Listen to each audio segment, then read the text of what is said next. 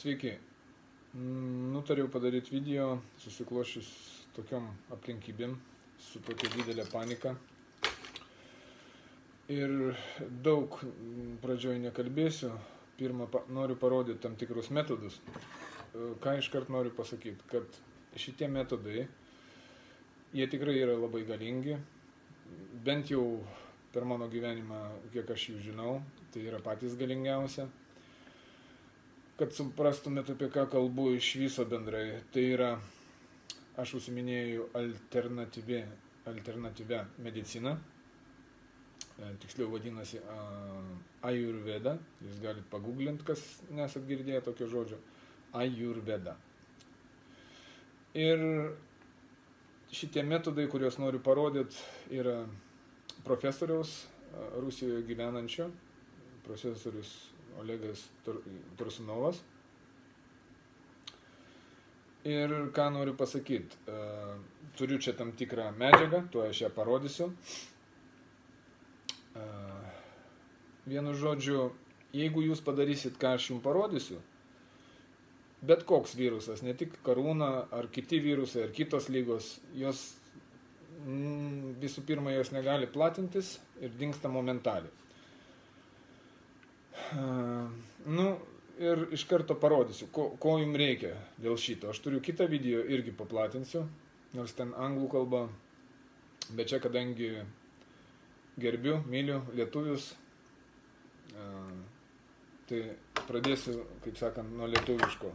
Nesu tokios videos daręs, nes jos faktiškai galimos rusų yra literatūroje, rusų kalba. Ką aš čia turiu? Jo.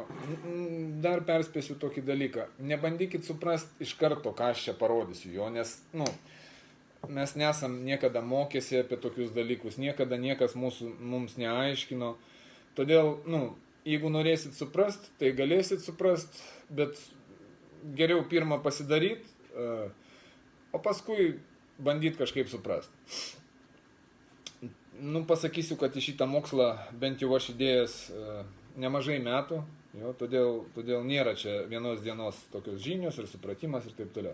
Taip, trumpai ir aiškiai. Ko mums reikia? Ką aš čia turiu? Turiu maišelį, prisiskynęs šakelį.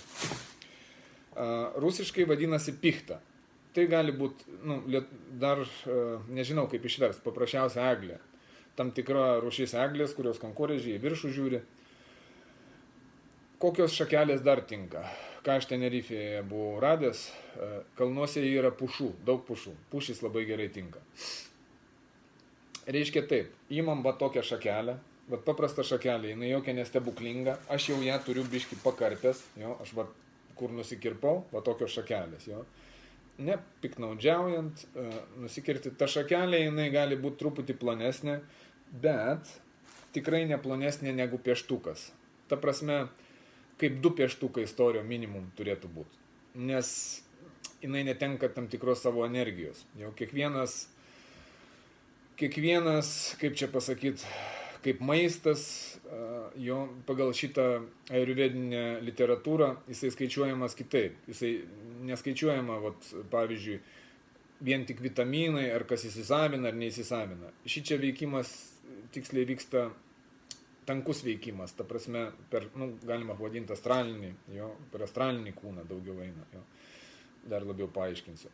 Todėl, ką aš padariau? Aš paėmiau tik tais šitą šakelę ir supjaušiau tokiais gabaliukais,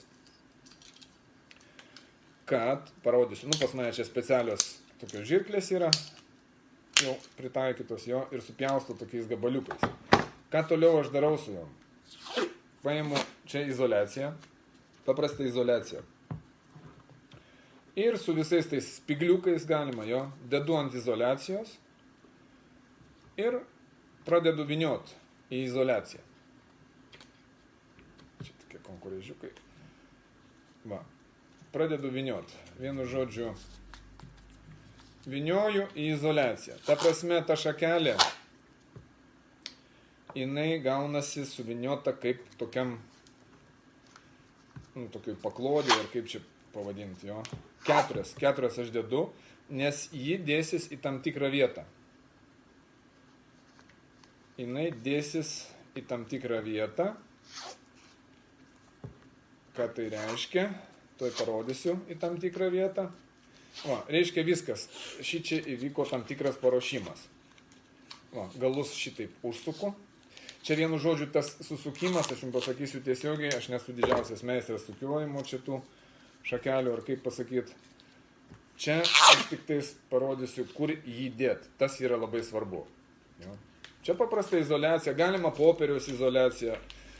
Kokia, galima tą permatomą, kaip jinai vadinasi, aš kadangi randuosi Anglijoje, tai čia ta izoliacija vadinasi masking tape, nepermatoma, o ta tokia popieriaus, vienu žodžiu, bet kokia, jo, tinka visos. Va. Ir kadangi jinai gabaliukai šitą šakelę, ją galima va šitaip sulenkti, pasidaryti tokią kaip apyrankę. Va, gaunam tokį su dviem raiščiais apyrankę. Reiškia, dedam ją ant riešo, ant kairės rankos, galima ir ant dešinės, bet patartinai ir ant kairės, nes, aš pasakysiu vėliau truputį, kas gali būti negero nuo šitų dalykų. Jo? Va, ir viskas, čia dar vieną aš nenoriu rišti raiščio, nes pas mane nieko nėra, bet šiaip, va, aš užsidėjau ir viskas, darbas padarytas. Nuo šito